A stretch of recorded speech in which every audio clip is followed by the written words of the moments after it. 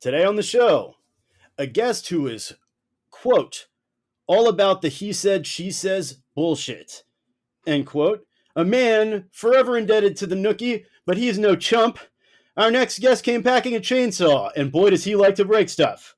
Pour out some hot dog flavored water for this chocolate starfish. We bring you the inimitable, illustrious illustrator, Wesley Robinson. Yes, we actually There wrote. was far too many Limp Bizkit. I have never subscribed to being a Limp Bizkit fan. No, I just want to put it out there now. No, but you happen to have the same name, first name only, as Wes Borland. Yeah. Oh god. So, see, we are go deep in our research. My God, we must have looked up so many different things to know this about you. That your first name is Wesley. Yeah, it's shallow. You've gone deep there.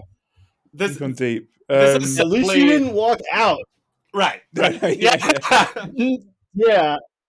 Mic drop, leave interview. No, don't worry. My sentiment to goatee metal rap is pretty poor at best, really. Yeah, same. So anyway, we're not. For anyone. Yeah, let's move past that. All right, yeah. rolling. Right, yeah, we are rolling. What? Oh, God damn it! Oh my God. How's it going today, Wes?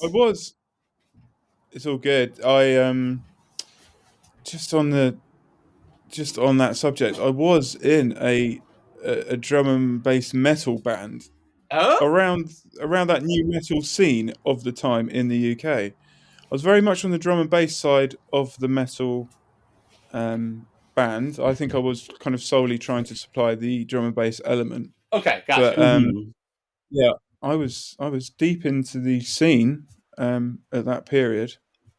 But anyway, yeah, there you go. As a side. No, that's fantastic because so hang on. Were there new metal bands in the United Kingdom, or was it a American phenomenon? It was a weird one. It was like there was a kind of a fledgling, well, not fledgling, skate. There was a skate scene in the UK. Sure. And, Green Day were kind of ruling 97, 98. And then there was that kind of, all these kind of new metal bands started to come through.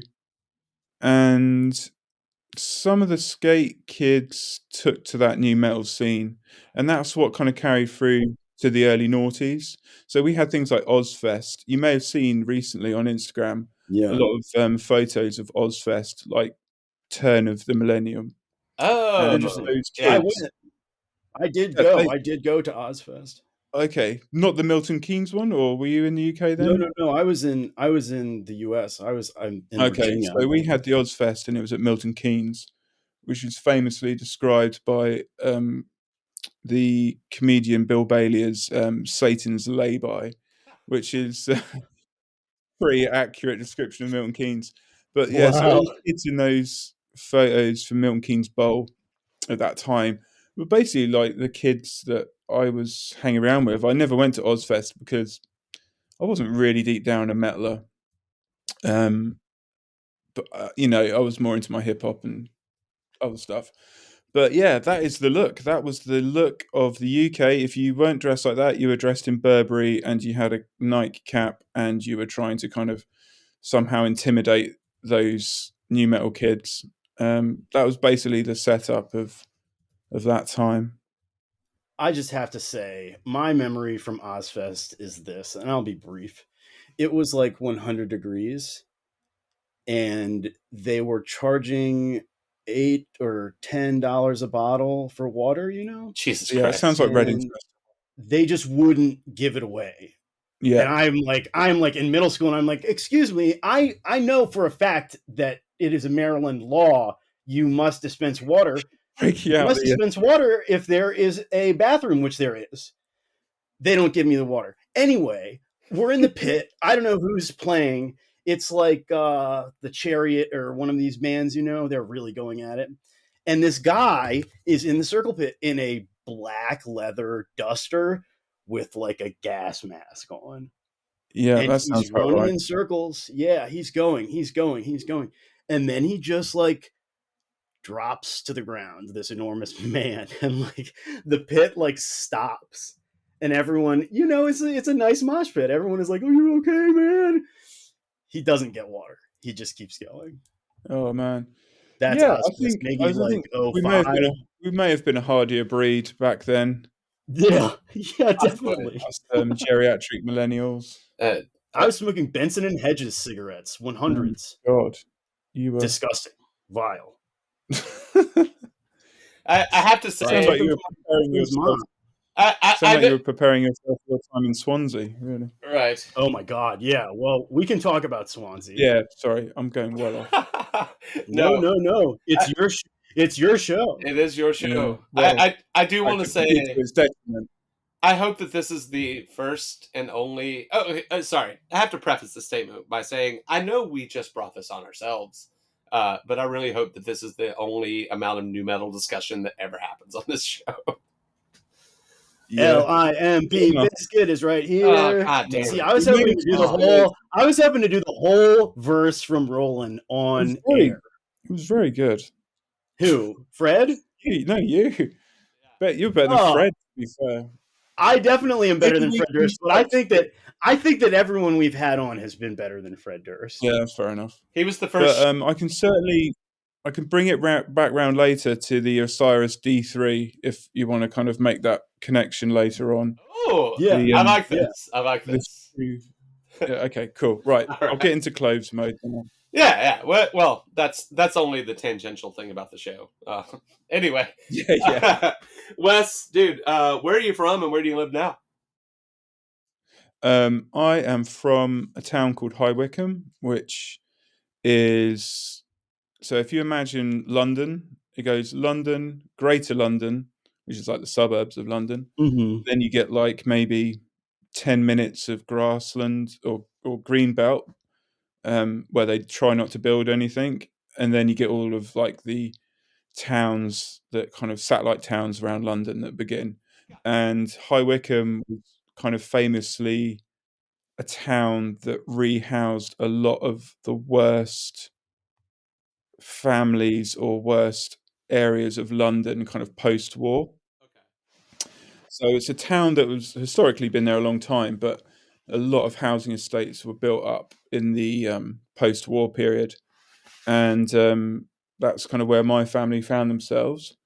And this is like public housing in America. Yeah, right? big public housing estates. And I'd sent you those photos showing there was a guy called oh God, I haven't even answered your second part of that question. But yeah, so it's okay.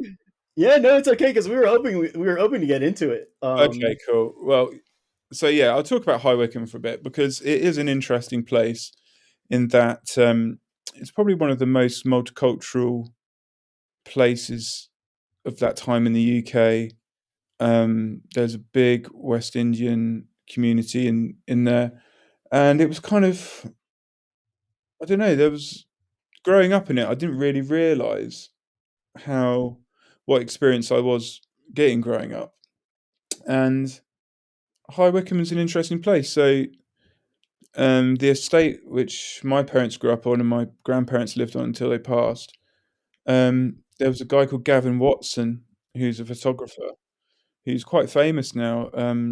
He's worked for some big names in terms of people that hire him for his photography. But he got a camera when he was a young kid, probably around the time that I was born. And he just started shooting photos of his friends on this estate, who all happened to be skinheads. The actual skins, not boneheads. Yeah, I suppose it was still a skinhead revival because the true skins really were the kind of, Spirit 69 skins. But then, like, by the time you get to kind of late 70s, early 80s, you've got skinhead movement as people probably imagine it now. And but it was a multicultural, his friendship group was multicultural, and there was West Indian kids who were skinheads, and and it was very much a kind of a music driven scene and a style driven scene. So yeah, if you look at Gavin Watson's skins, his photos are incredible, and like I'll see like my nan's house in the background, and Oh, that's awesome. Yeah, and it's like I would have literally been. That is like the world I was born into. I would have been like a kid being pushed around in a pram while those photos were being taken. Yeah. So it's nice. Like I don't really have much. Like I don't wish to ever really go back to my hometown. Like maybe to see my friends, but there is something about seeing those photos and seeing the UK in that time that's very. I can get quite nostalgic about it. Hell yeah, that's awesome. And I've said to Gavin, I've messaged Gavin. Oh, we've got an error come up. Are we good? Yeah, I think so. Okay, it might just be on mine. So I can get a bit nostalgic for that, and like I've said to Gavin, for whatever it means to you about these pictures, for me, it's like really captured a time that kind of I just don't know. I don't think I would have any connection to High Wycombe if it wasn't for his photos in a way. Because I get that. I've got a few family photos, but he kind of captured, the time and the place where I was born, just part of his kind of hobby. Totally. Which you said that you were, or you said a couple minutes ago, like you were a geriatric millennial. So I'm assuming that we're probably around the same age. But like, was there any part of that like skin, punk, whatever scene that was still existing there when you were, when you came of age? Well, the really cool thing about High Wycombe is that it had a big alternative scene. It had a strong music scene, had a strong local music scene. Even going back to my parents' generation, it was one of the places where the Stones and the Beatles and then later, Sex Pistols. I think the owner of the local music venue nearly managed the Sex Pistols, but they were too much for him, and he gave them to Malcolm McLaren. That's so that was a place for Nag's Head, and I think Howlin' Wolf played there, and it has a big blues loft kind of history. So these are the kind of places that were around me and still survived. And so we would go to a place called the White Horse, which was a new metal night, ska punk, like full on kind of metal. But then like it was like the place where Kings of Leon had their first UK gig, and this was like kind of a crappy pub that underage kids could get into, and there was like a strip joint upstairs. It was a funny place, but these were like the places we were going to as like teenagers, and it was great in a way. So you could go down there on like a slightly kind of punk leaning oi night or something like that, and it would be filled with like the old skinheads, or we could go to like a Northern Soul night. Oh, and fuck all the old yes. skins would be there. Right. So like all the old skins, and then all the Northern Soul guys would get the talc out and do the dancing, and the people who are actually photoed in the book Skins were my friend's older siblings. That's fucking sick. So yeah, you would like meet those guys from that book. Probably this was a time where I probably owned the book, but I wasn't so invested in it because I was still kind of young. But you kind of knew the character of the town and the people who had kind of their identity was stamped on them. Like they weren't going to not be skins anymore. Whereas now we might rejuvenate ourselves every 10 years. Right. So yeah, it was a great place in that respect. Like my love of music. This is like is really hearing this, because I've been obsessed with like traditional skinhead culture since I was like 15. Don't really ask me why. I've never identified as a skin, but like I've been seeing photos from this book for the better part of like 25 years of my life, and like hearing hearing stories about it, and like this weird connection that somehow happened through clothing is like my platonic ideal of what the show is about. Well, it's about working class cohesion. right? Isn't that the whole point of the You skinhead can romanticize it. scene? I think, Well, so that is at the outset what it was about, right? Was well, the working class temptation, culture banding together. yeah, I think the temptation to do that, especially if you're looking to bring cohesiveness where we're lacking it at the moment, is to romanticize it. But I think what you'll find is that, like with everything, it's a bit confused in itself. So you might find that, like going back, I'm not going to talk on behalf of anyone because I don't, Yeah, I don't, not skin myself. Never been involved in the skinhead scene, and my knowledge of it is second, third hand at best. But I feel what I've heard from other people is it was quite a confused time. Like there was racism in the UK, even back in like the '69 era, and then moving forward into the '80s, there was still a thing of there wasn't a lot of social cohesion, just kind of generally, I guess. But what was happening and what happened in, say, that estate and High Wycombe generally was that people were just becoming friends with, you know, second generation immigrant families. And that was like whether it was through schooling or work and then relationships. And, so whether you're skin or not, the working class people were intermingling and finding their own kind of voice with each other. And obviously, Jamaican music was so powerful. It just was attracting anyone, really. And I think that was making the way that West Indian people were beginning to live in the UK meant that we could have they were open to white people coming into their nights and and going to their house parties, and we the whole scene grew from that. So reggae for me, like my first memory of music is kind of the Israelites, Oh um, yes.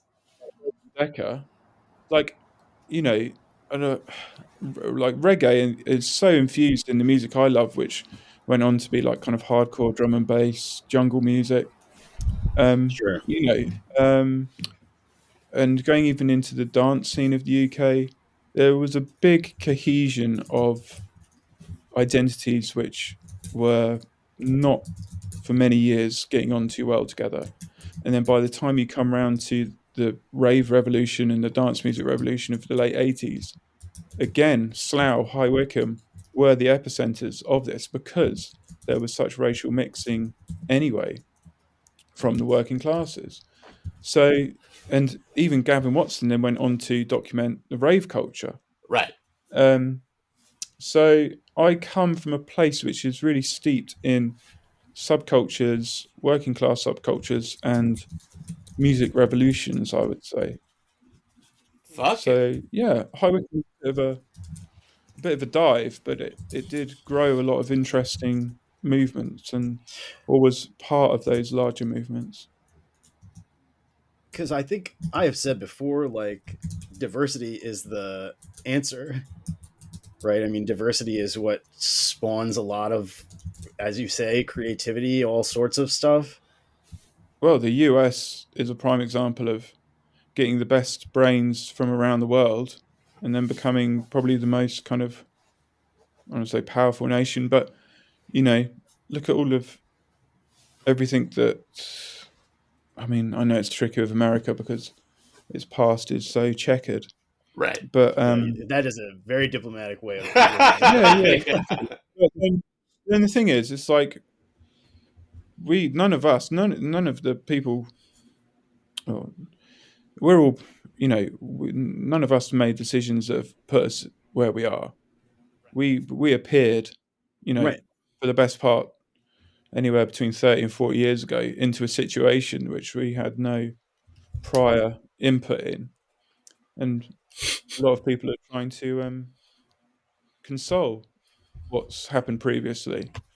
And but the thing is like if you look at all the countries which have been open to a lot of other cultures coming together, they've either been very good at creating cultural movements or technological revolutions. Um, so there is a lot of good from that, and a society has to be cohesive in order for it to work. So you can't turn back the clock, and if you're going to move forward, then you have to work out ways of you know building bridges. So whatever your political leaning, we all kind of want to get on in our lives. It doesn't mean you have to be in each other's pockets, but you kind of just have a mutual respect. But yeah, I don't know. I mean, I've kind of made my peace with that part of my thinking, if you know what I mean. Totally, Um, totally. And I I mean, don't really it sounds like, stamp it with any political identity. it sounds like as a proper actual adult, you have like realized, as you said a few minutes ago, you didn't really like understand your upbringing while it was happening, but like it's a pretty special one. It kind of seems like. Yeah, I mean, I was friends with my best friends. So by the time I was school age, we moved just outside the town into a village next to a big military base. Mm-hmm. So I was kind of schooled on the military base, even though my parents aren't military. And my best friends were two brothers, and their dad was Indian and their mother was English. But to avoid any issues, they told everyone they were Portuguese. You know, and I later found out another friend I had who I Interesting. thought was Portuguese was of Indian, Anglo-Indian background. So you think of there being good cohesion, but people are still hiding their racial identity in Oh, order I'm to. not saying it made it into a perfect place. Oh no, no, I'm no! just saying I'm I not. thought that was the idea of that subculture, basically, was that the working class should kind of unite. I mean, of course there are I mean, racist elements in that technically, right? oh yeah, I think it was like the West Indian guys could be getting on really well with the native white British guys, but then they both might really not get on with you know the the guys from not so much. I don't know, like the South Asian Yeah. community might not be getting on, or and like my friend Simon, we always make a Mm-hmm. joke because we we've got childhood memories together. His dad was Indian, and we talk about High Wycombe, and we kind of reflect on race a lot differently now than this generation. And like our joke to ourselves is like in High Wycombe, you couldn't racially profile people. You couldn't do it on race because everyone was a threat, or everyone could potentially be a threat. You're more likely to get mugged by a crew of white guys than you were anyone else, just by the fact that there was more of those guys predominantly in town. So you didn't mark people by those markers, racial markers. It didn't work. You had to kind of see people for who they were and their attitude they were giving off. So it was an interesting time and it was an interesting place. And um, the 80s and 90s was really overshadowed by kind of casual violence, just going out. I mean, it might be the same now for a lot of kids, but back then for us, it was. There was always the threat of casual violence on a Right. night out. I was so surprised by that in Swansea because like I live in Baltimore Yeah. and people were like, "Oh my god, like we're It's going to going go to get fight casual this violence when person." people are armed, though. That's the problem. Well, that's the thing. I'm saying like, "Hello, like do these people have weapons, And they're like, "No, no, nobody has any weapons. It's This is it's Swansea." it's And kind of it's like recreational. does Yeah. not work that way where I am from. Yeah. It's a strange identity we have in the UK, I think. I don't know what it is. I've The like never really worked it out. glassing. It's just a lot of violent undertones, which just don't seem to be there so much anymore, which is a good thing. Yeah. Um, Yeah. Me and Tony, who you've had on, Tony Yeah. Sylvester. It's nice in a way. He's a few years older than me, but we can kind of get nostalgic about life in the 80s and 90s. Like he grew up very close to where I grew up, Oh, that's fucking cool. and of kind of similar backgrounds. Like, so I found out recently that my grandmother was born in like a women's refuge in Marylebone, which is like not a glamorous start for anyone. That's like a little place in London, and his great grandmother, I think, was born in similar circumstances in Soho. So it's kind of like we're two kind of guys who mirror a lot of interests, but also mirror quite a similar upbringing. But he was raised slightly further into the suburbs of London.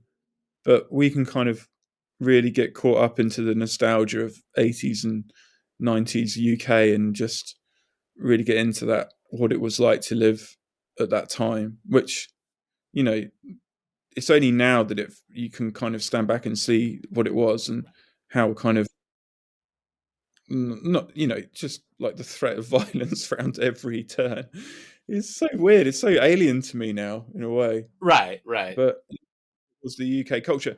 But what came from that was these subcultures as well, like violent fashion subcultures. Like mod had its and rockers was a violent subculture. Teddy boys was a violent subculture. Skins had obviously a violent edge to it. And even like, when you go up to like Chabs and that scene of the early noughties, again, a very violent scene. Although like the only kind of stopgap that ever happened in that was like the kind of rave culture and everyone kind of getting into fields and taking ecstasy and barriers dropping down. But as distance passed, I suppose that was our kind of like hippie time. But as like That's how the interesting. I hadn't into the drawn that 60s, line, but the yeah. noughties came into the 90s, and yeah, like I don't know. It's the UK is a very interesting place, and It truly is. how it connects with fashion and music, which I feel is slightly lost now. There's not so much connection with fashion and music. You can get like menswear guys that are like all looking really smart and turned out, but they've all kind of tatted up and listening to like hardcore, but it doesn't necessarily reflect the menswear. That's not the luxury menswear scene. Scare the crap out of most guys that might go down the row. But then, you can't judge people just because they're into like classic menswear.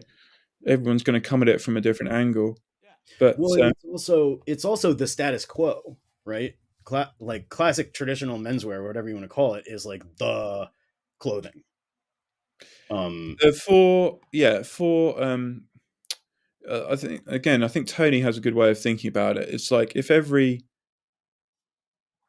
area or every country has its kind of like its cuisine, then the British cuisine in terms of clothing is classic, British menswear, and it went on to inform a lot of other menswear in the world. So, you could say it's kind of like the first floor of menswear, but then equally, we live in a much more global society now, so it's kind of that's kind of changed. You get companies that push kind of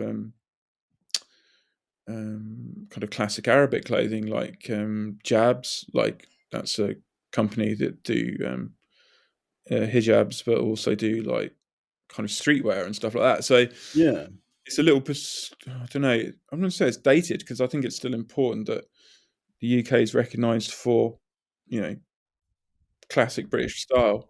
But it's funny now, isn't it? Because there's so much wealth in different parts of the world, and they all have their heritage and what they feel is a clear representation of what menswear should be.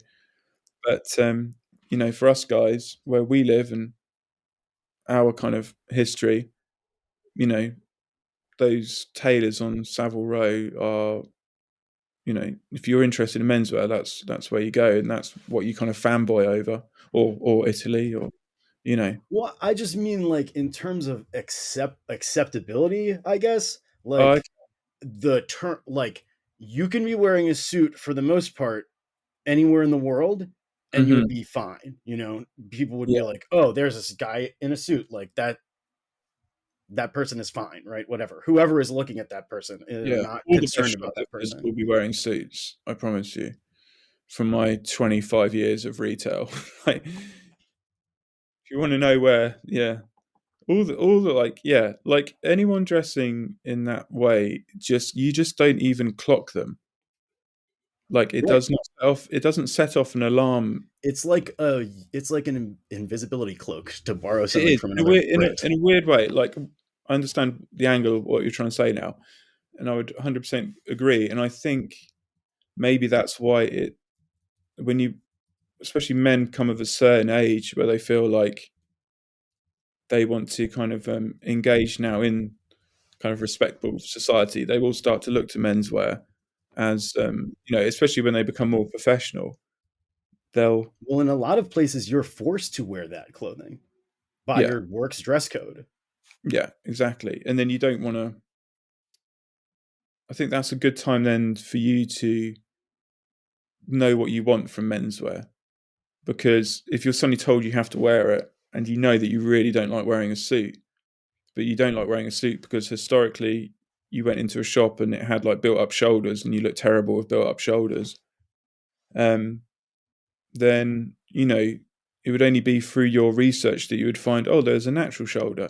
Oh, actually, if I put this jacket on, it's like unstructured and it feels comfortable, and I don't look like I'm got these like massive shoulder pads under, and so you'll find all the different languages of menswear and all the different histories of menswear if you feel so inclined to. If you don't, you'll just follow whatever fashion is and you'll be passable in what you're wearing for your job, but you might not feel at home in it.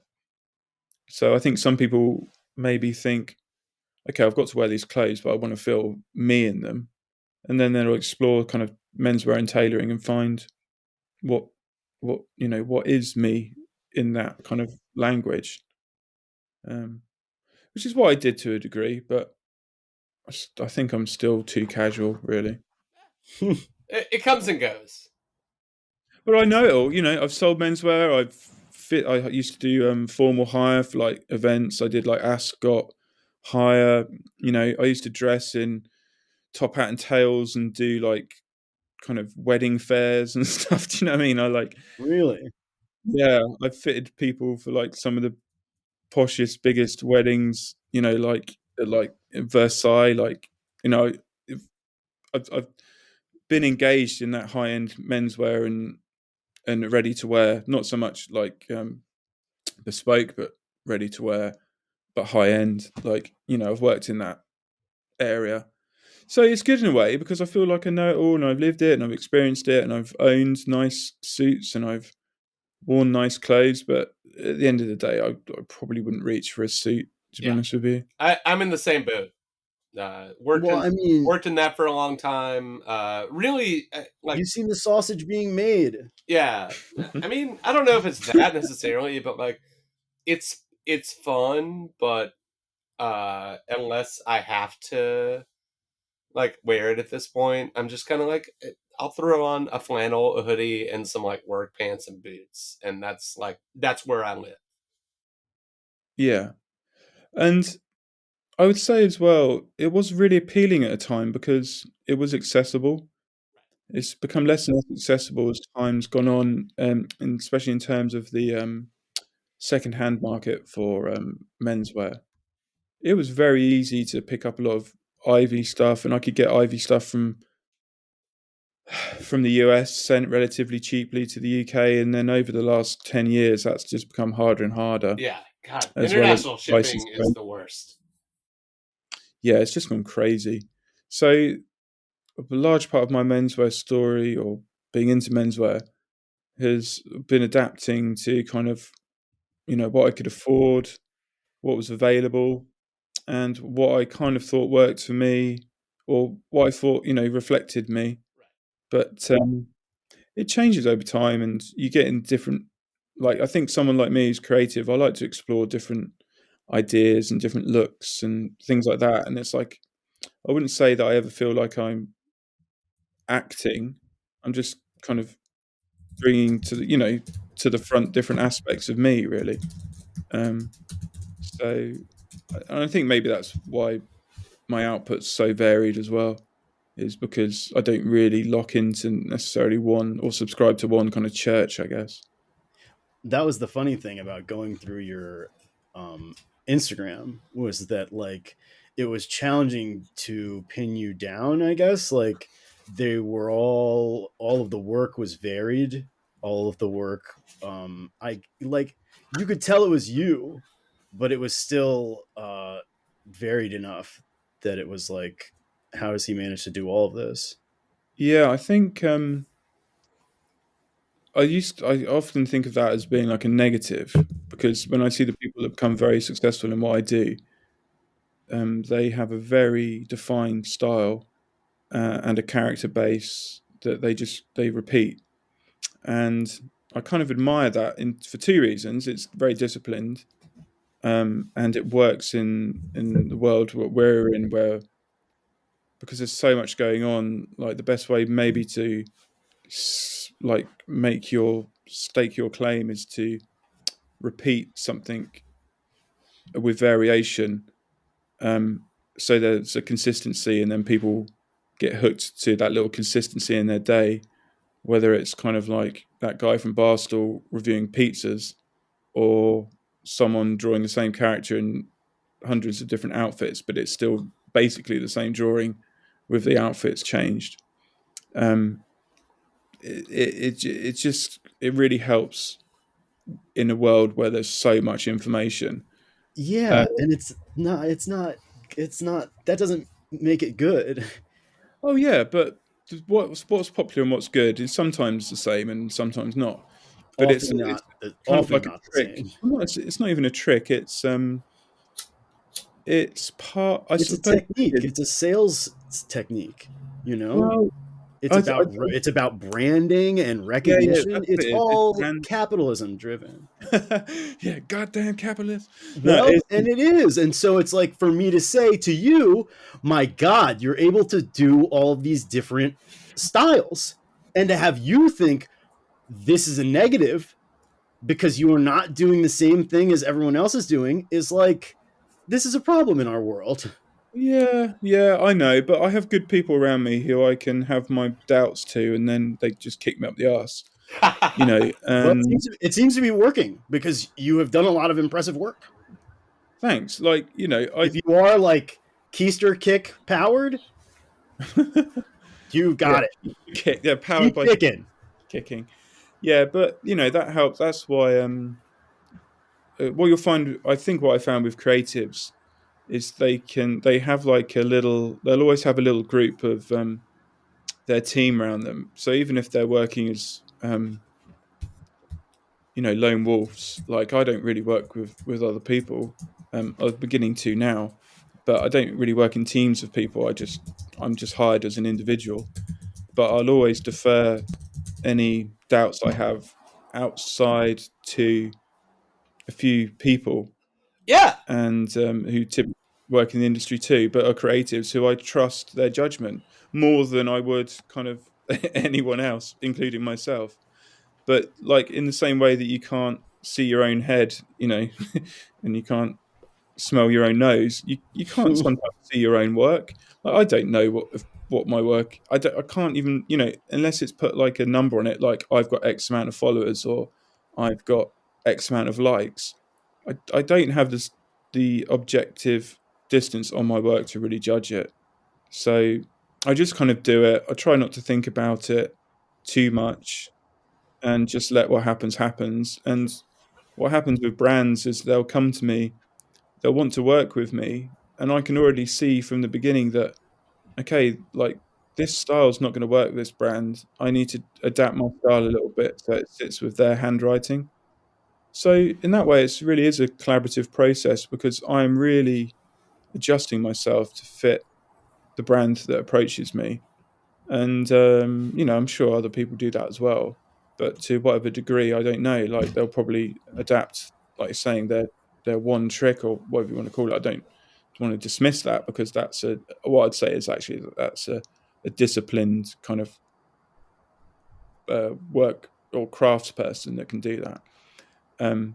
But for me, like maybe my attention is deficit is too high to like feel like that's going to motivate me to work, whereas I like kind of newness and discovery. So I'm more interested in when a brand approaches me, I'm like, cool, right, what can we do now? You know, and it Novelty can driven. be stressful. Yeah. Well, it's kind of up in the air, you know, and you have to have like quite a you know, if a brand approaches you and they're investing a lot of money in something, and you're kind of like out there, they don't know 100% what they're going to get. Mm-hmm. You know, it can be a bit of a gamble, but I've never kind of necessarily failed to any great degree in delivering what a brand wanted. You know, there's been a couple of times where maybe something hasn't been used, but I suppose that was earlier on where I was more inexperienced and couldn't adapt so well. But nowadays, I just feel like I'm ready for the challenge of whatever comes my way, really. But yeah, so for me, it's two pronged. Like I do feel like you do need to adapt when people come and ask you to do stuff, and I enjoy that. So I don't mind changing up my style to fit what's needed. But you know, it could have cost me in like likes and followers, but you know, it's my profession. I can make a living from it. Okay. So I'm kind of happy. Yeah. How long? Like You we know. do the stupid intros. Do people like them? We don't know, but we do them anyway. I'm Yeah. looking at your Instagram again now, Wes. I'm sorry to interrupt you, Matt, but like, so there are these portraits, bunch of randoms, right? Which like it's not the same style as your normal art, but they are still really good and like really interesting. You could tell this grandparents one with the yellow glasses is just wonderful. So um yeah, good on you. That's what I have to say about it. You know, I it's I just feel like more and more the whole thing with doing anything is just getting out the way of yourself. Um, you know, there's so much neurosis in a creative person's mind anyway. You don't really need it. I think if you just get into a space where you just create, like for me, I just put on music or I'll put on like Alan Watts and he'll tell me that everything's, you know, not real anyway, so don't worry about it. Or, you know, you get into a headspace and what they would technically call a flow state, I guess, which is really difficult to do when there's a lot of pressure on you. But what happens is your muscle memory gets so good for drawing, you can kind of switch off and you go onto autopilot, you know, and then you present something and then someone will tweak it or ask for you to tweak it. And then it can get a bit tricky because you're taken out of your kind of flow state and then you're given direction. And then you have to kind of get back into your flow state whilst kind of adhering to like a list of changes. Right. Because if you don't, the work's going to suffer for it.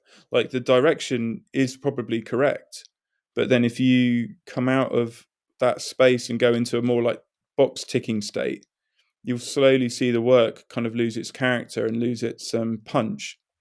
So you have to learn, I suppose, like an actor, you have to take direction, but then still give the kind of effortlessness of being a good actor, if you see what I mean, or the effortlessness of being a good or being a competent kind of illustrator or artist. But yeah, it's interesting. I mean, it's an interesting job. It's a bit of a crazy one as well. But Well, it's like all of the, so whenever I post my outfits, which I do often, I right? know, and Like your legs. yeah. They upset people, but they some people they don't upset. So I'm saying the outfits that get the most, as you were talking about earlier, like approval that I know of through the likes, are the ones that I just like did not consider. I like put no thought into whatsoever, and I just like Or even I was like, this looks horrible, but I'm gonna leave the house anyway. And then people are like, dude, what a good outfit.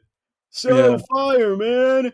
And so it's like, it just is that way, I think. Yeah, I've got I'm quite lucky because out of all of the father-in-laws I could have ended up with, I ended up with one who's worked predominantly as a creative their whole life. Oh fuck! Oh, nice. And That's faced, really nice. you know, the demand of being a creative. And what does he do? Do you mind? No, he's a really good Just musician. He vaguely. had Okay, yeah. I was wondering like if he was an illustrator also. No, my father was a designer, or Okay. is a designer. But no, my father-in-law is a musician, and he had a lot of success in the 70s. He went on to working in the record industry, and he was kind of good friends with the Steely Dan guys and stuff like that. And so he hung around a good crew of musicians and professionals, and he's very into like the creative process to the point where he's like you're saying, what you think's mindless isn't mindless. It's just you're not aware of it. Then you're And in your flow state, right? yeah. So your best decisions, like I get caught up in theory a lot because it kind of occupies me when I'm not drawing to focus on different theoretical approaches and stuff. But you can't have them in your head when you work because it just interrupts your creativity in a way. It's surreal. Not surreal. It seems absurd that you should care so much about theory, but then have to forget it in order to do anything any good. But like what I'm trying to say, bring it back to what you said, is like you are making lots of critical judgments probably as you throw stuff on, but you're just not aware of it. And because you're kind of giving into more instinct, like good theory is just good instinct. Like bad theory makes for bad results.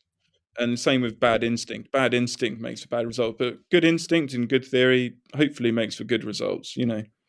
So don't doubt your intuition really when you're doing anything. Um, and clothing is good. I find that I really think these colors go together, but you know, they go together so well that it looks obvious, and then it kind of like, oh, you look like you've tried. Do you know what I mean? So it's Right, like, right, Yes. yeah. there's The a fine real line between like looking like you didn't try and looking like you tried way too fucking hard. yeah. Yeah, dude. LDP stuff said to me like, "This is your greatest outfit in recent memory," and I like was wearing a tweed jacket and a flannel shirt. Like I was like not doing anything. And then yeah, So also like you got to think about, you can aim to dress like other people, but ultimately with any kind of endeavor or creative endeavor, you're just trying to you're trying to line up with yourself. Do you know what I mean? So, you know, maybe yeah, I want to take it to the max. Basically, I want it to be the most absurd that it can be, and that's why I yeah, have a and purple that's, jacket you know, on. and that's the thing. There's no, it's so easy to judge other people's by your taste and standard, but I try not to do that anymore. I would judge someone by, and it's difficult because you don't know everyone really as themselves, but you can kind of see when something lines up, like their features, their color palette, their attitude, you know, when that all goes into sync, you know, and that's what some of the most popular people are, like Kevis Manzi. I don't know if you know him. He does a lot for Ralph Lauren. I think he works for Ralph Lauren, but then he models. He's lives in Paris, and he's so like is I don't know, I can't explain it. Like when he puts his clothes on, he is so them. Like it never looks out of place in his style, and it can be quite eccentric in terms of, you know, like how Ralph Lauren is, but it always suits him. But then you'll find other people who have to dress in a much different way um, that equally suits them, and I couldn't ever say that one's better than the other. But what you would find if someone tried to dress like Kevis or dress like, say, a different example, and it didn't suit them, then it wouldn't work. So it's just those people that find their voice, and it's a true representation of them, and it all lines up, then they become almost like, legendary or mythical, or have like an archetype about them. Wow. So, Wow, wow, wow. that can be, I wouldn't say that's the end game of menswear, but I think it's what you should be looking for in menswear, is finding yourself. And it should be a journey into discovering what you like and what works for you. And, I like to play around. And I think that's the thing with me, like in the way that I can be quite versatile with how I draw, I can be quite versatile with the way I dress. So it's difficult for me Is to it pin. just drawing? There's painting also? It's all digital. Okay. It's all digital. So I just refer it to as drawing, because I suppose, No. Yeah, and there's a question in here too about nomenclature, which I made into a pun because of Gnomecore from later. Where do you think about your work? Like, if there is a spectrum of cartooning at Oh, okay. one end, right, and illustration at the other, and people are like, my stuff, these are not cartoons, like this is an illustration. I was just wondering, like, are you, so you, it's drawing? Like I would honestly say that, and Dick Carroll would probably disagree with me. I would sometimes say I would say like Charles Schultz and Peanuts is as good as Van Gogh, but in That's a so completely funny, different Matt. way. That's what Matt said. Isn't that what you said, Matt? Yeah, not in those If exact I words. quoted you unknowingly, Not entirely, but when we were like working on the template of questions and things, I had the thought, I was like, which prompted this question. I was like, who would not consider Charles Schultz an artist? Like, who would simply regale him to being a probably him. cartoonist? Right. Yeah, But probably I him. mean, I guess I'm talking like modern day, like, you know, Yeah. the Peanuts are so Well, revered at this point. There's Like, where is the art difference? is a snobbish. I so I think if you attended an art school, you'd quickly find out. Oh, I'm sure. I'm Um, sure. Yeah. I That's what did, I'm saying. Like, yeah, the and and snobbishness that is comes down so to, rigid. yeah, but then that all comes down to cultural gatekeeping, and Oh yeah. it's like, I think anyone who truly invested in the visual arts can probably see the greatness in any kind of area of it, if you see what I mean.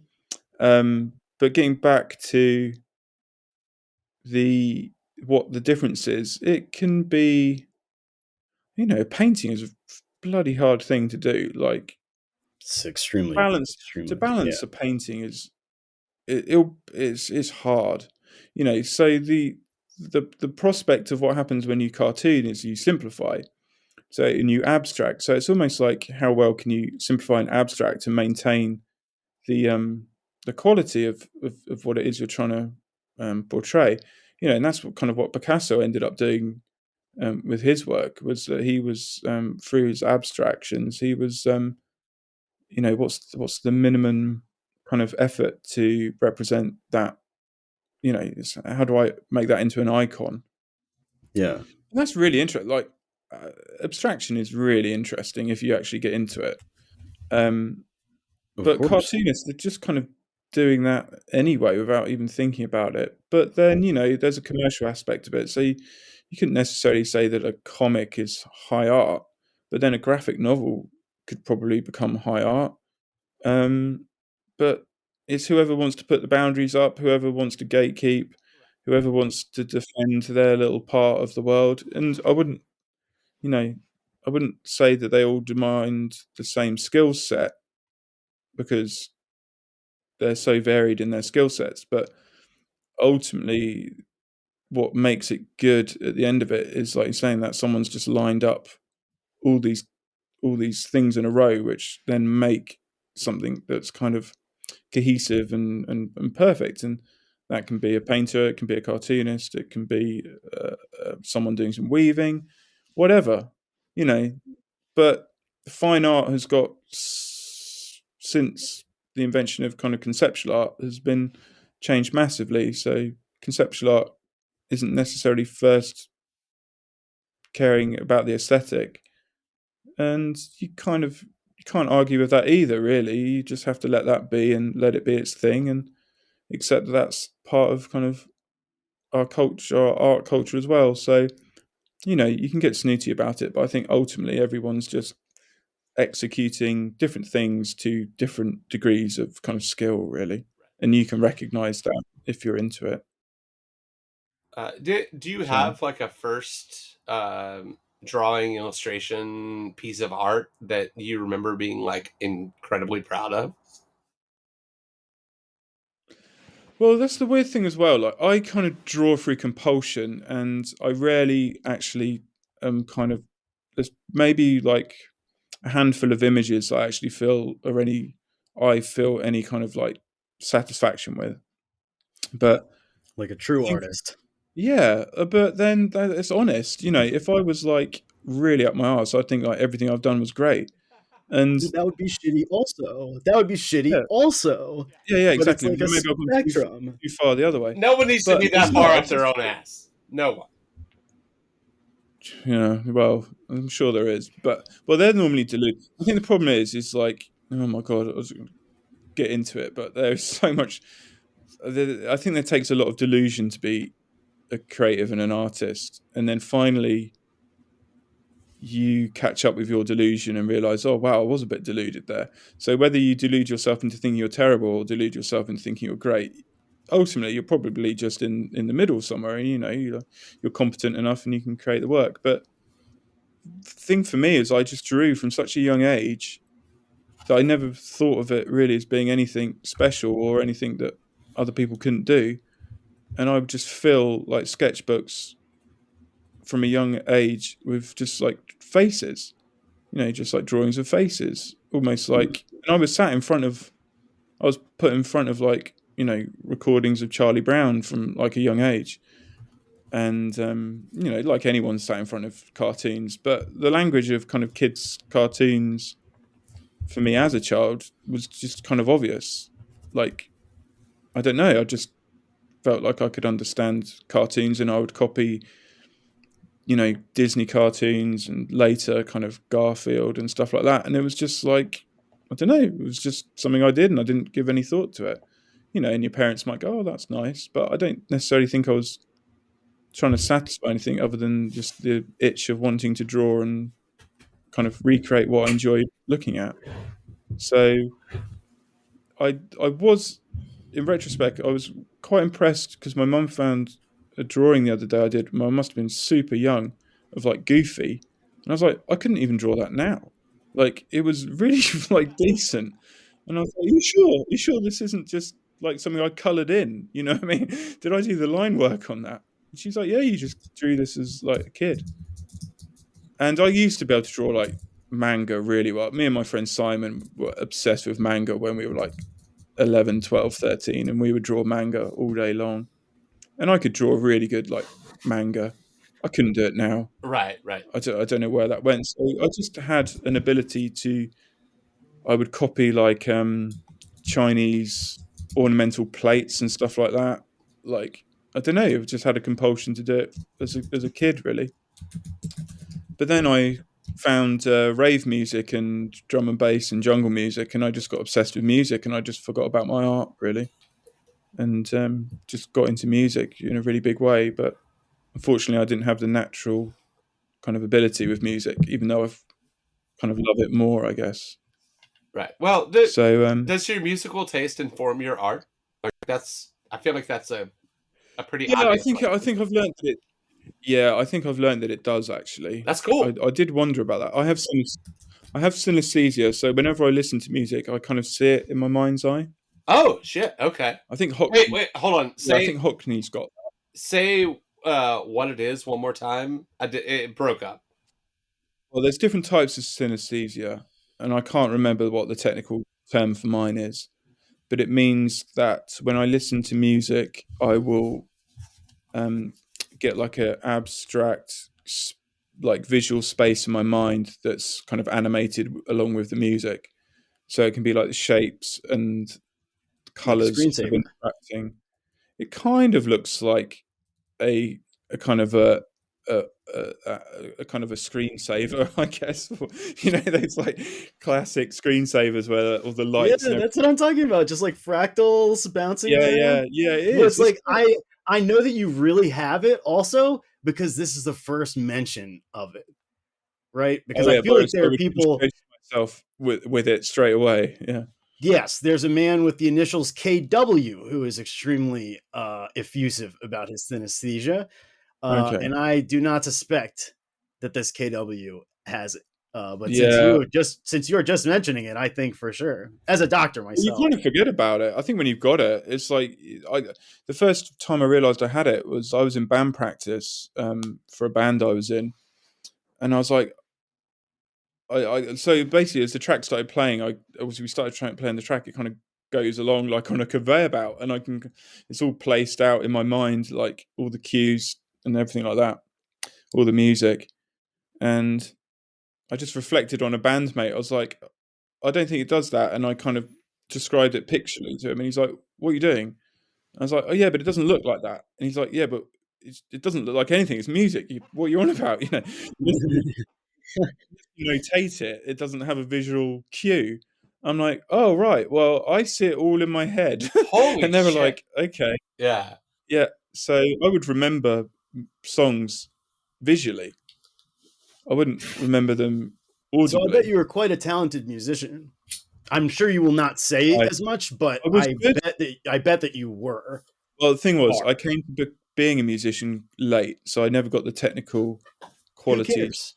Who cares? That's the boring part about music anyway. Who cares about time signatures? I know. I've been around enough pompous lead guitarists to know. Yeah, I play music, but I don't know how to do it. I can sight read tabs. I mean, that's pretty good. That's decent. That's a decent way to interpret music.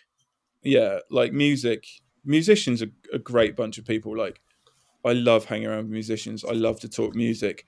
All my best friends are obsessed with music. Like, it's just the underpinning to my life.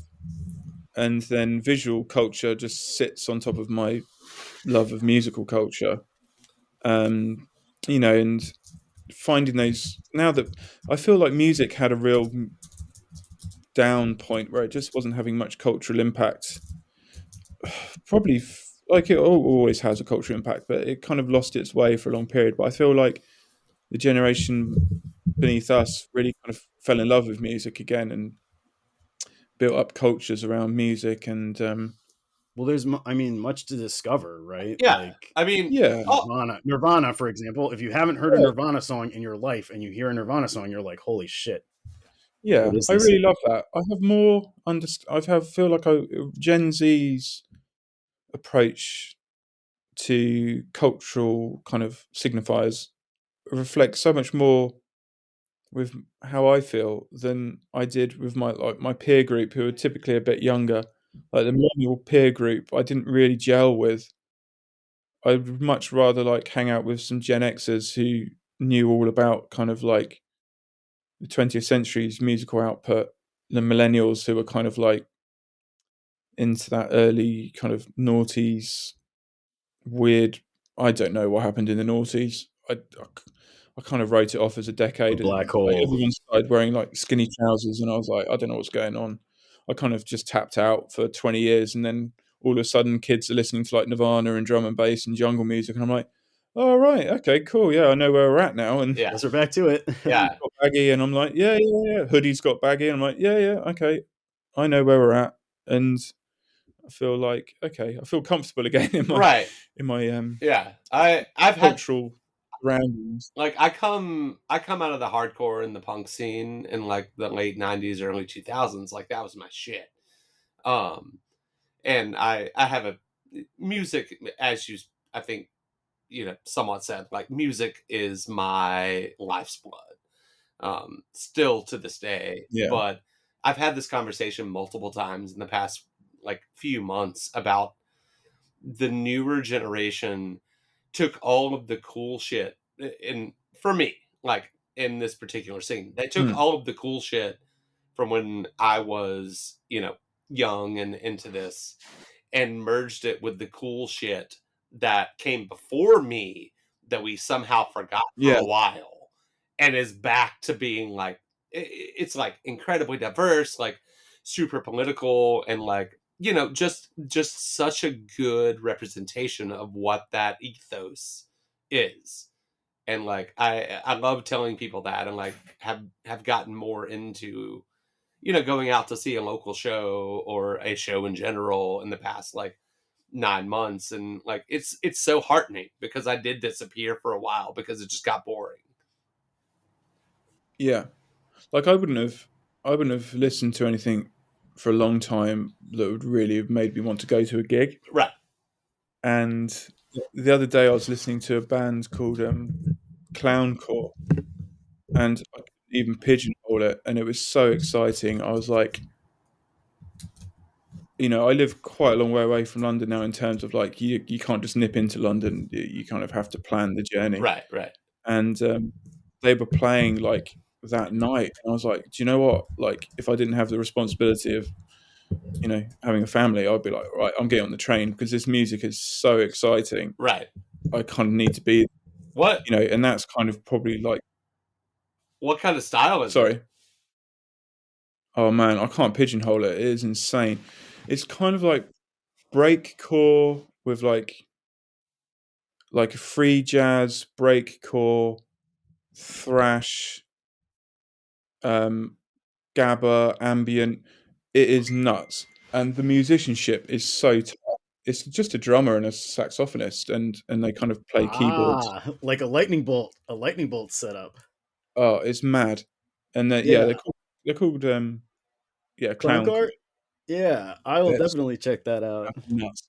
But just to kind of go on what you're just talking about, it's like I'm finding music again now that it's not exactly what I'd listened to in my formative years, but it's referencing it and it's adding, and it's just really exciting again. Whereas for such a period of time that wasn't the case. But then in fashion, I'm finding that as well. You know, like I'm seeing stuff now where it's like it's not my it's new. Like okay, it might be referencing the '90s or whatever, but it still is. There's something added to it.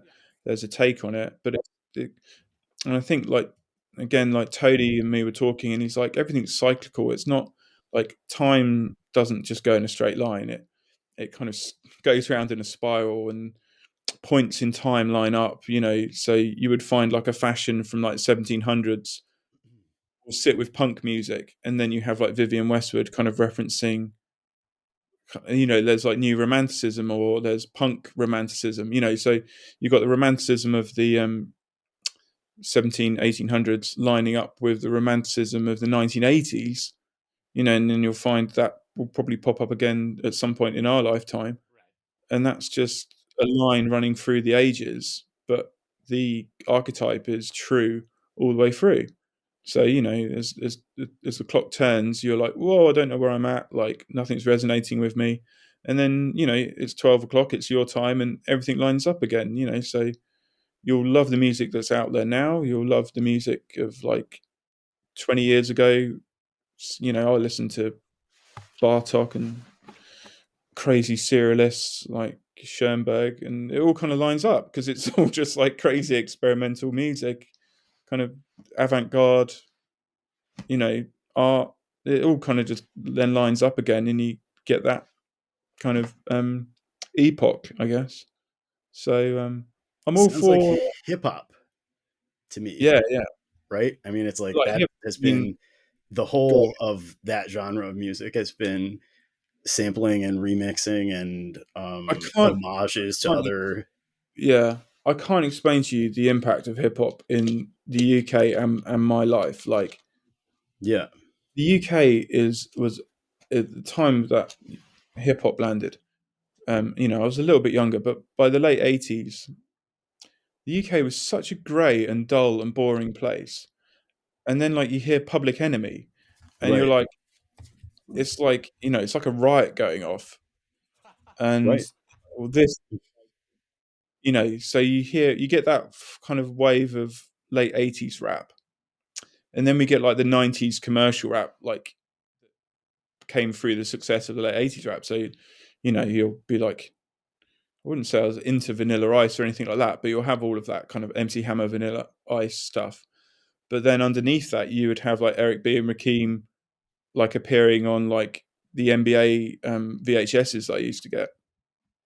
So I was hearing all this like rap music, and I was obsessed with basketball culture, and that was just it for me, up until I kind of got into skating, and then that was again a slightly and even those similar kind of those worlds collided in our like formative years with like Kareem Campbell and the like the kind of like more Chad Chad Muska, the more flow type of skating that eventually just led to, in my opinion, like, I'm not a skater, I tried, I sucked at it, but I appreciate it. But like that whole thing has like once again kind of culminated in a subculture in the 2020s. Yeah, exactly. It's great to see it as well because it was such a rich time. It was such a great time. The only thing that this generation would be lacking is the reference that it was like a wasteland of ideas, or your Well, there life is was that reference, right? I mean, the you were early living 2000s. life, yeah. But like just going back, like I know previously you asked people like memories of like their first purchase, or first thing away from their parents, or something they've decided for themselves. And I was just thinking the other day, I was like, I do remember 2 items that I bought, or asked to have bought for me because I was too young. Please, yeah. And one was like this, like from. So I lived near a town called Watford, which was like, again, another kind of good example of a bit of a shithole, really. But rave culture.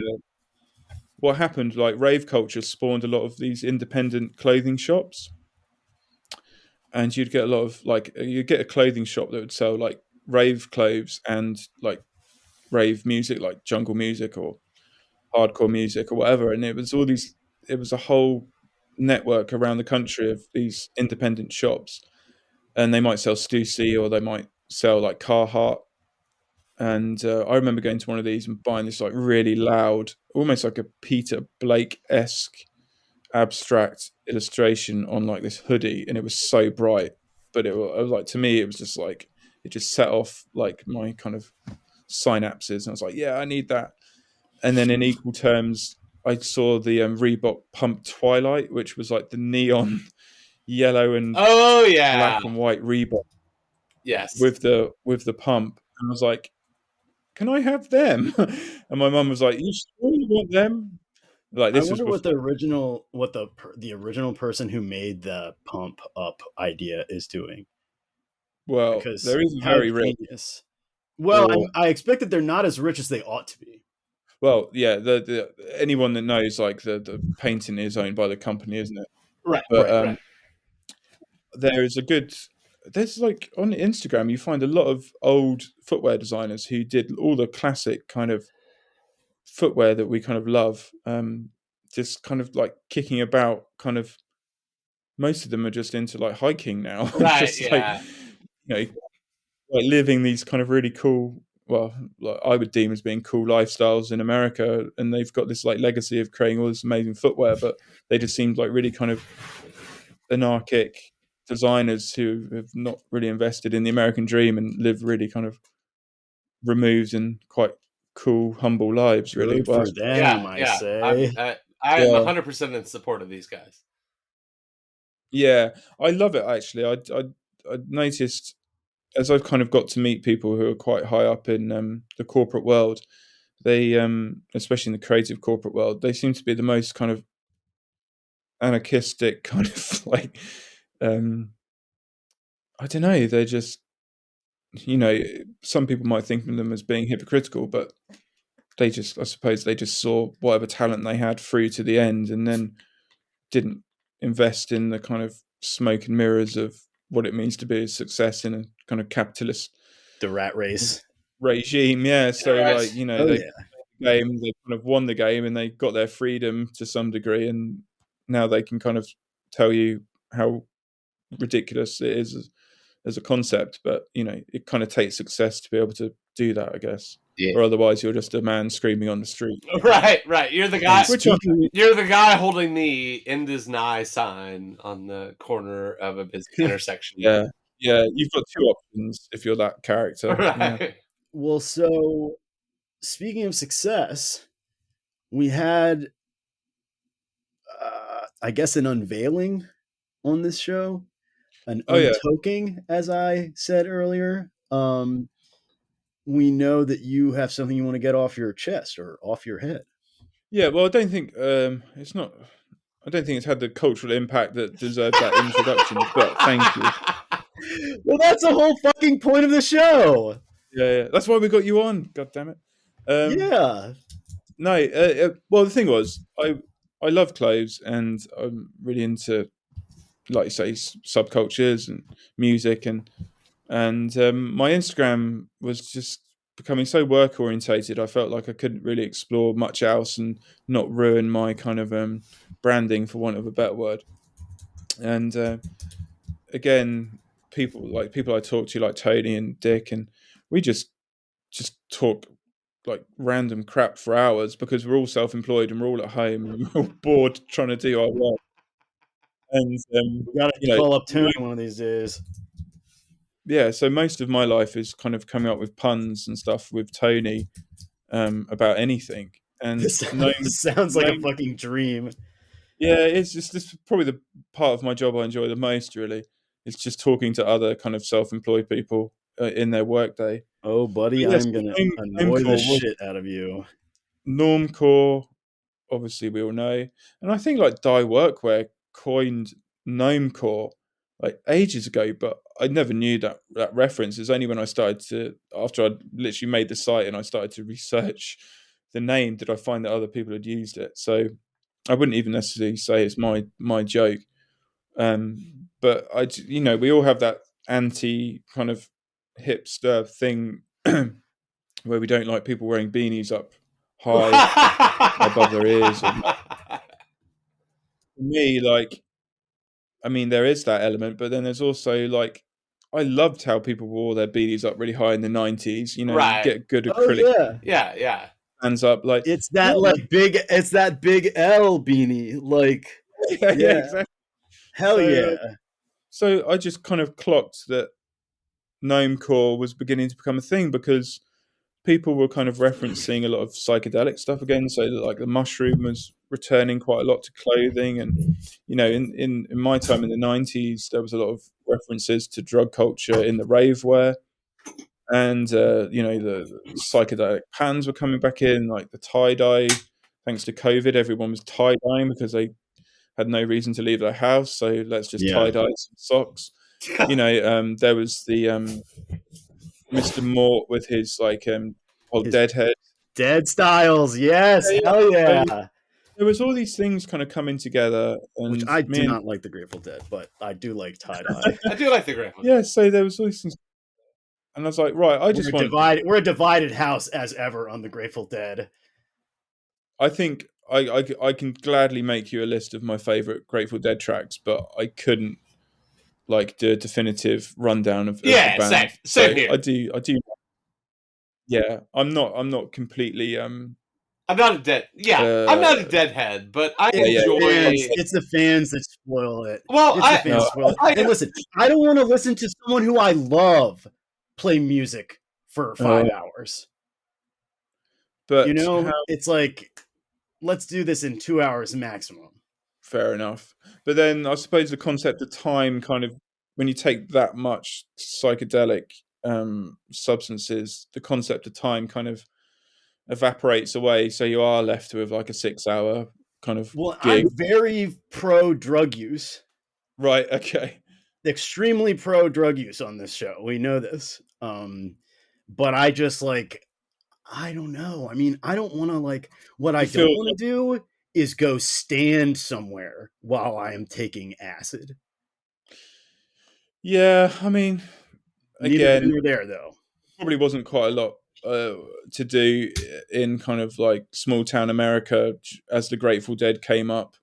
So it probably why people followed them around the country, kind of in car parks, getting absolutely ruined because there wasn't much else. Like, America wasn't giving them much else, really.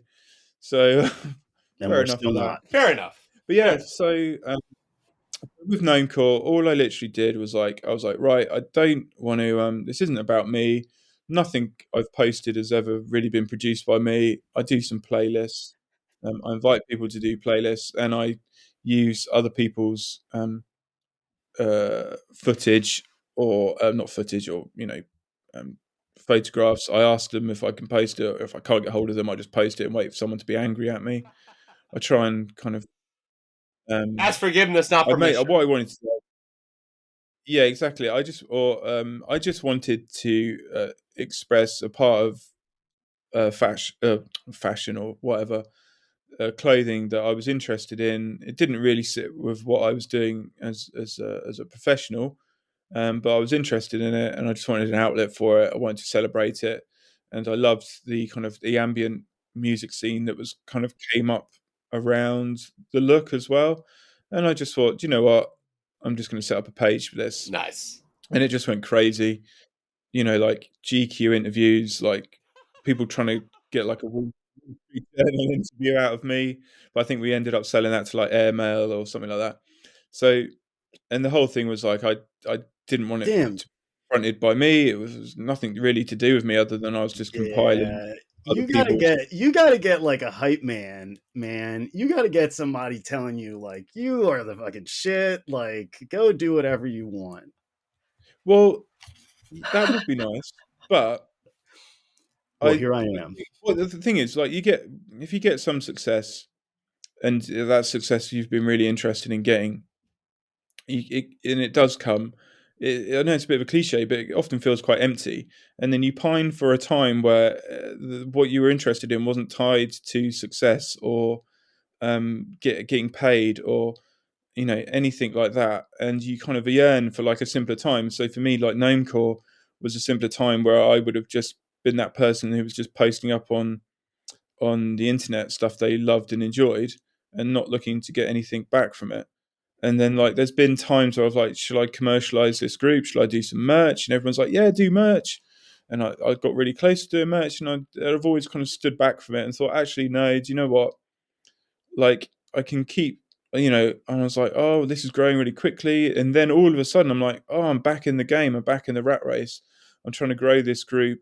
I'm trying to, looking at monetizing all the things I was like, didn't want to do by starting this group. And now I just treat it very, summer wasn't like a huge time for wearing knitted clothing, unless you want to kind of quickly dehydrate. I will say, I will say, plenty of people still rock the fucking beanie in the summer here, and it drives me absolutely up the wall.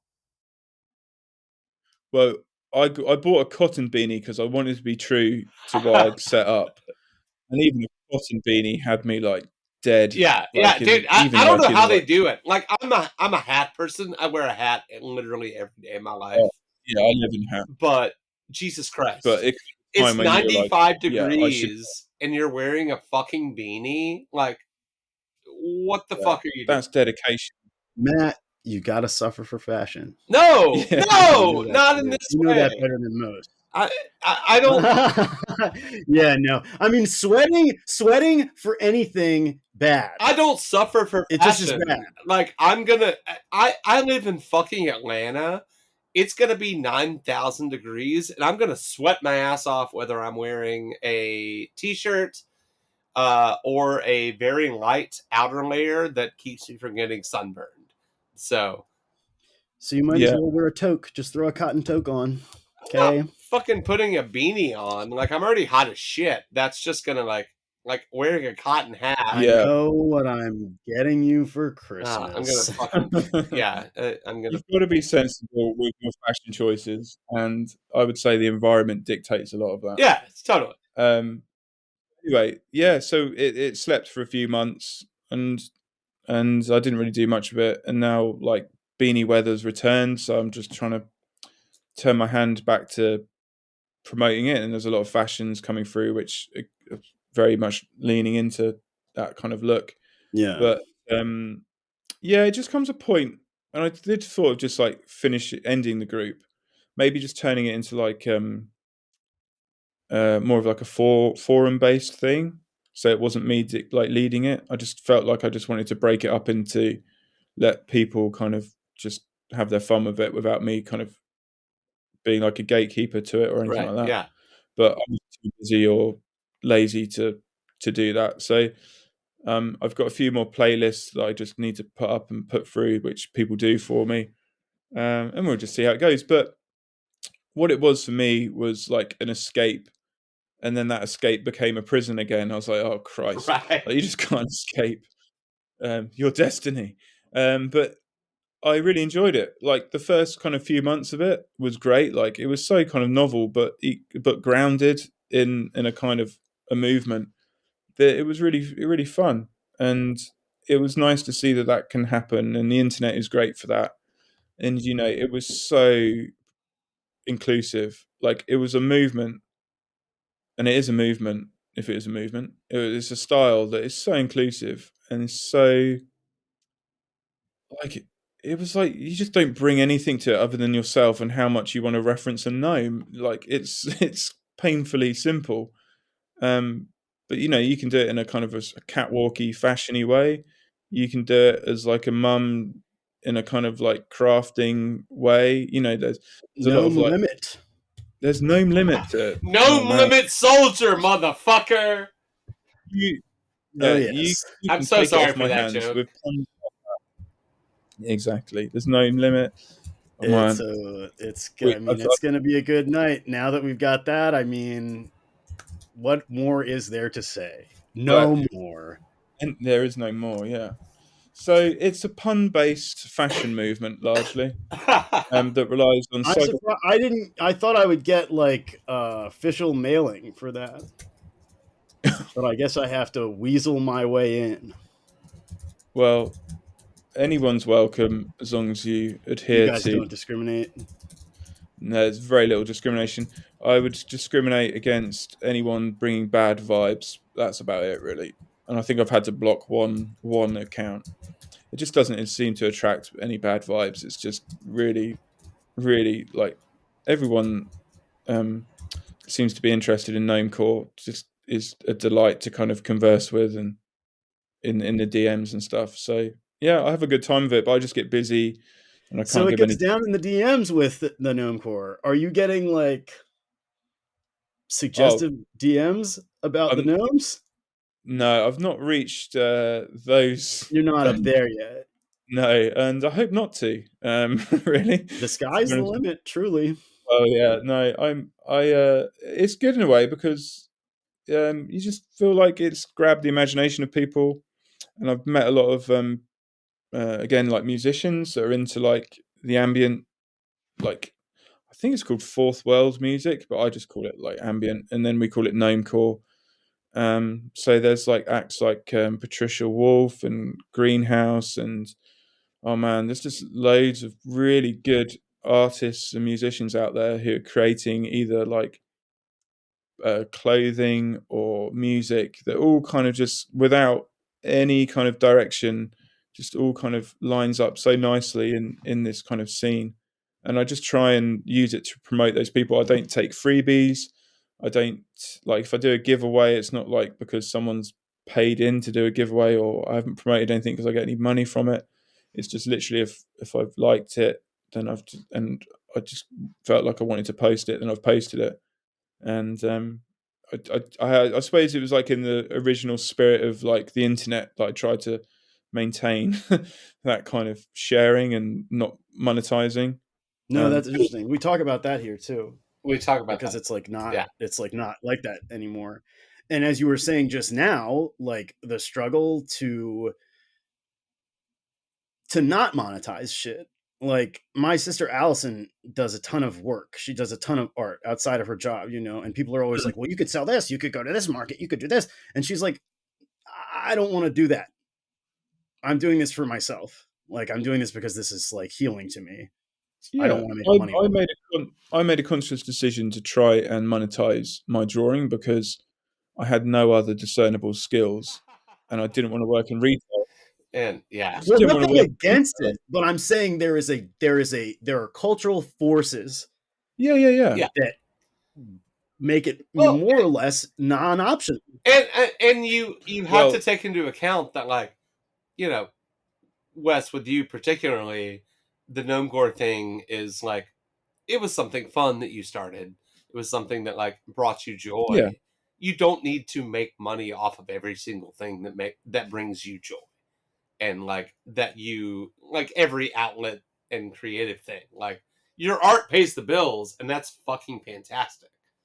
But yeah, like, the idea that in the 2023 culture that you have to like only do things that make you a profit is so fucked up.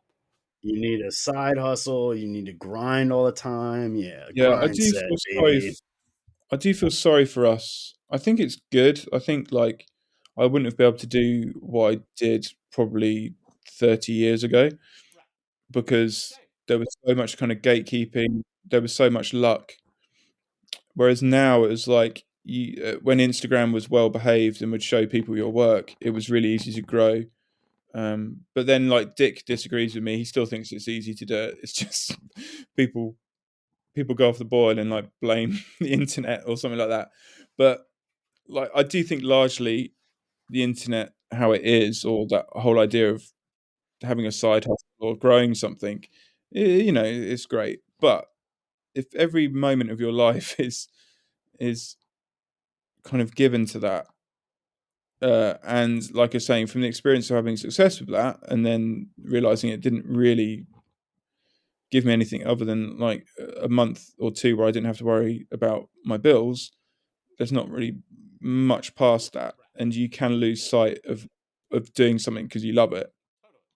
You can find that again in the commercial world. You can love what you do and be commercial with it, but it takes a lot of lessons to be learned in order to become that person, I think. And ultimately, if you are doing anything for the love of something, I love hobbyists. Like my favorite people are, like saying, musicians, but hobbyists as well. Hobbyists are great because they just love something and they don't care what it brings to them other than the joy of doing that hobby. And I'm very much of that spirit. I love a good hobby. Hell yeah. And for me, like clothes and music are my hobbies, and now they are my work as well. So, or at least drawing is. So yeah. I mean, this is our hobby, basically. Like, this is not a money-making enterprise. Right. I mean, yeah. Like, this it doesn't show. It doesn't show in the production value. Well, thank holy shit! That might be the best compliment wow. that we have had. Thank you. Yeah. It's a running joke that we're just constantly trying to sound better because we have definitely had some episodes that sounded like absolute dog shit. But this is the whole. Like, I listened to the first episode and I'm like amazed that people listened past that. This is the challenge that recording a all remote podcast is. But we love doing it. Yeah. Love talking to people. Like this lets us talk to people across the ocean, right? Which is cool. This has been fucking great today, dude. Thank you for coming on. Yeah, this is amazing. Yeah. No worries, guys. Yeah.